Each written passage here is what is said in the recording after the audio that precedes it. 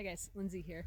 So today has been such a gorgeous day. Like it is so hard for me to try to stay focused on getting things planted and getting things done. But I wanted to actually come out and sit by the stream for a little bit so that way I can really ground myself, really ground my energy before I do even more grounding because I'm going to be planting my rose bushes. But it is what it is. So in the last several weeks or so, Tracy and I have been thoroughly discussing how to utilize this property to its absolute max. And we've been kind of going back and forth with the area back behind the pastures. So the pastures are up there. We have this little bit of a meadow back here. I think that it's around 8,000 or 10,000 square feet. It's a weird triangular shape. So I mowed it with the lawnmower a couple of days ago, just because there was so much tall grass, dead grass, and thorns and weeds and stuff, just tall stuff, because it hadn't been mowed in I don't know how many years. But I knew that I had to get it mowed before the grass really started growing, so that way our lawnmower could get through it. And when I was mowing it, I'm just using a regular garden lawnmower, a 48-inch deck. When I was mowing it, I was like, okay, this is quite a bit of grass back here that could potentially be utilized to make hay. But it's really a pain in the butt to use an actual ride-on tractor to mow it, because you've got the stream on both sides, and it's a lot of turning, it's a lot of wonkiness, it's a lot of it's like doing a 94-point turn and stuff. If you don't know how to back up real well, you got to get really good at doing turn, a little bit turn, back, forward, turn. That's kind of how mowing over in here is.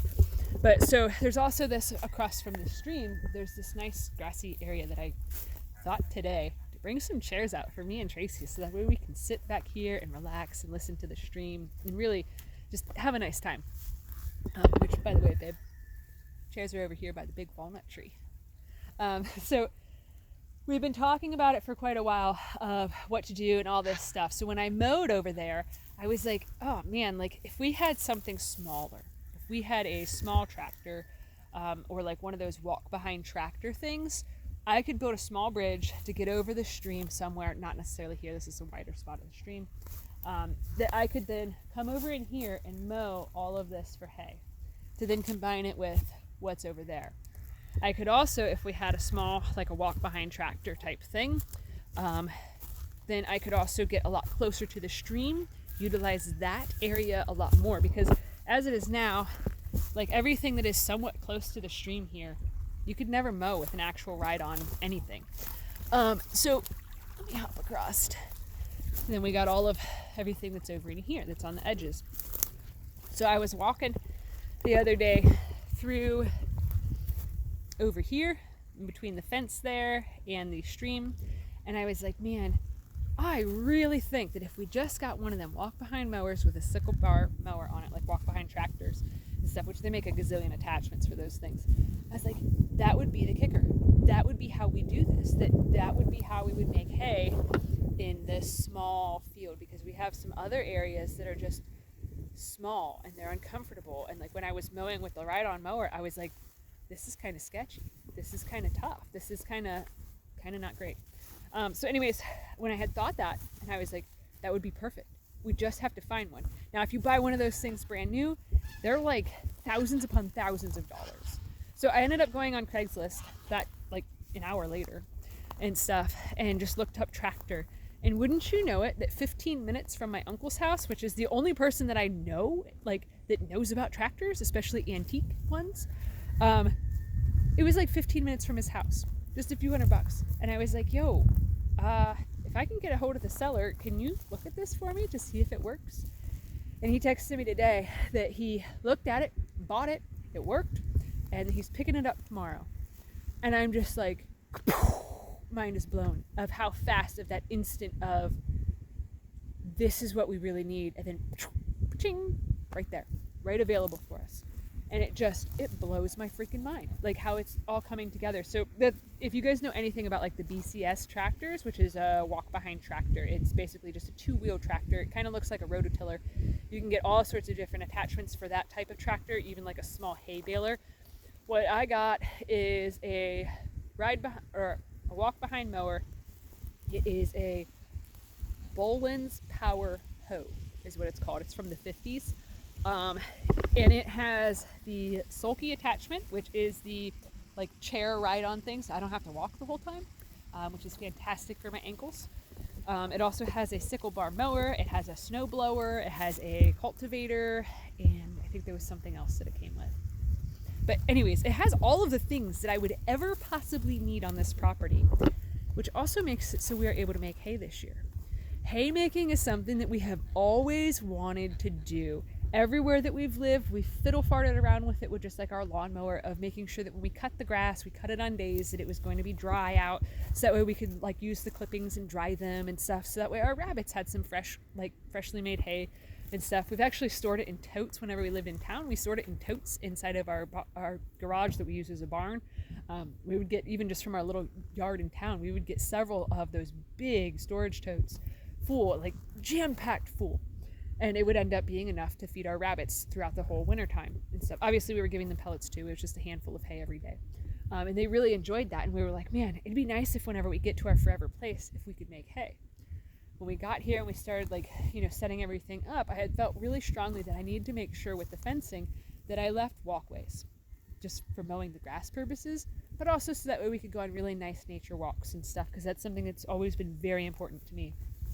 My one grandma, rest in peace, Grandma Charlotte, she actually had developed a homestead, had started working on it before she passed away, as her retirement hobby. And she had made a walking path throughout the woods, and that was her morning routine. Was she would take the dog every day or whatever and would walk that path, and it was really grounding for her and really helpful for her mental health. And that's something that I've found here, is that every time I start getting really stressed out and really worked up, that I need to just walk. I need to just walk by the stream, have time by the stream, get to take in the beauty that I have been blessed with, and all of that stuff. So revert back to me mowing the grass, attempting to mow in between the fence line that I just put up, which I still got to put the fence up. By the way, future garden space, pretty big. But so it was really cumbersome to go between here and here. And I had thought, man, we don't have a push mower. This is going to be a nightmare come summertime. This is such a, it's wonky because of the stream. It just cuts in and cuts out, and it goes wider and goes narrower. And I was like, this is going to be really difficult to ever maintain to mow, to ever keep the grass maintained, to ever do anything with it with a true ride-on mower. So for us to be able to get this walk-behind mower makes it so now we can make legitimate hay from the entire walkway, our whole walking path, up in this area, up by the neighbor's house. There's a good bit of grassy area up in there that I did not fence in, because I was like, this is going to be impossible to do this on the riding mower. Up by the road, which I'll just turn you around. There's down the road from us, there's people doing a lot of excavating work, so I've not been able to film anywhere near the front because it's just driving me bonkers of hearing beepers all day long. I'm like, oh God, my peace, my level of peace is gone. But as soon as I go back further into by the stream, it makes it nice and quiet because the mini waterfall, so it's perfect. But so up in here by the driveway there, which you guys can't see, I guess I gotta walk up all the way, walk past the garden, walk past manure. It's a lovely sniff to be outside on a sunny day. But so this hillside here, there's a good bit of grass that grows there, but it is steep, it is an embankment, it is really going to be difficult to take the riding mower down it. So all of those places, I'm going to be able to actually make hay. I'm going to be able to, I'll just keep walking. Over by the pines, there's a good bit of grass over in that way too, going towards the other stream. I'm going to be able to cut grass there and make hay. So originally I had measured out, this has been my project over the last several weeks, of figuring out if it is worthwhile to make hay or not. So I had talked to our hay guy about it, and he had said that they had done a half-acre field at one point in time, and that they got 150 bales a year off of that half-acre field. So he's like, if you could do that with having better pastures for your goats, you might be able to make all of your own hay. But I've been measuring it, and I've been trying to work it out, because I'm like, this would be such an amazing opportunity, such an amazing blessing if we could also make all of our own hay for the goats, because we try to do everything as naturally as possible. We recycle our hay until there's no other purpose for it besides going in the garden. So it's important for us to have organic hay. I don't necessarily know if anybody in this area even makes it organically, even does it all naturally.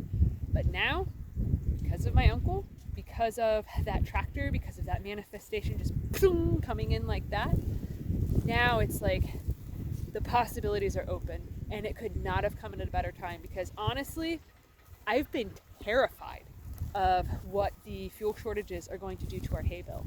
Because, like, yeah, we don't use diesel on our property. We have nothing big enough to do that. We have nothing that utilizes stuff like that. Ooh, pine branch. Goats are going to be happy. But so this area in here, it's a really wonky fence line. If you've ever mowed on a riding mower for wonky, weird fence lines and stuff, you know how big of a pain it is. So for us to be able to get that 2-wheel tractor, like, it is a huge deal. So with being able to do that, with being able to use the margins of our land, to being able to use, put down here, the areas that we otherwise would just be leaving natural to grow because it's too close to the stream, or there's not enough room between the stream and the fence to be able to cut anything, to be able to mow, to be able to do anything. Now we're going to be able to. That puts it, prior to being able to do anything with hay outside of the fence or in the walkways, it was about 0.43 of an acre, I think it was what it was. I like mathed it out. We have one of those little roller things that you walk with. I've walked probably several miles on this property, measuring and measuring and remeasuring and going, well, if I put the goats fence here, if I make their pasture end here instead of here, how much more will that give us? How much closer to the goal will it get us? And now I don't have to worry about that. Now, sure, it's going to be a little bit of work. It's going to be tiring and stuff, but it also, that 2-wheel tractor also has the sulky thing, so it's like the seat thing that pulls behind it. So it's not going to all be walking. It'll just be some be walking. You guys got to see this. Come on. Come on, babies. Come on. Hello, Dandy Doodle. Sit down. But so now, because of that blessing coming in for us, because of that opportunity coming in for us at a price point that we could actually afford, we potentially will not have to buy hay this year. And hay this year is probably going to be astronomical because of all the fuel shortages, because of all that stuff, because of the way of the world right now. You know, we don't have to stress out about all of these different things. Like, it's just going to be one of those things of, we can make it work. We can make everything work. It's using our feet when we can't use our hands. Like, it's just, oh God, it's amazing. I feel so incredibly blessed. Like, so much weight has been lifted off of my shoulders, because like now, even like this weird little area in here, like, yeah, it'll probably only be like one hay bale worth of grass right there. That's still one bale that we didn't have to buy.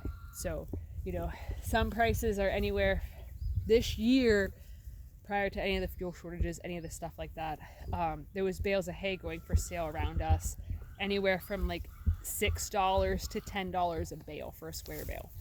So at our previous place, we went through a bale of hay a day, at least as a minimum for the goats, because we didn't have adequate pasture for them. Now we have adequate pasture for them. They can feed themselves. Our hay bill is potentially going to be nothingness. As you know, obviously this year we're not going to get as much as we will in the future years, because in the future years everything's going to be more fertilized and stuff with the goat poop and all of that stuff. But I'm so blown away by how all of this is working out right now, and how all of this is just transpiring and taking place. And I'd really like to know what kind of tree this is. Really like to know. I'm betting it's some sort of apple tree, but I don't know. I don't know apple tree bark. So feels kind of silly to say that, to admit that, when I'm, you know, trying to be all experienced and know all my things, but I don't. We haven't lived in a place with a mature apple tree in so long that and it was dying when we got that to that place, and we had to get it cut down, so I cannot identify it. So if you guys know your trees, let me know. But yeah, I'm over the moon. I'm over the moon ecstatic about this, that I can just really make sure that we're good, that we're totally good. Like, I feel blessed. So anyways, that's it for today. I've got some rose bushes to plant. I love playing in the dirt. I'm so jazzed about planting the roses and like flowers and doing other things. Like, it's gonna be gorgeous here. I Like it already is beautiful, but for me to be able to add to it, like it just, it's fantastic. So anyways, thanks for watching. Have a good one, guys.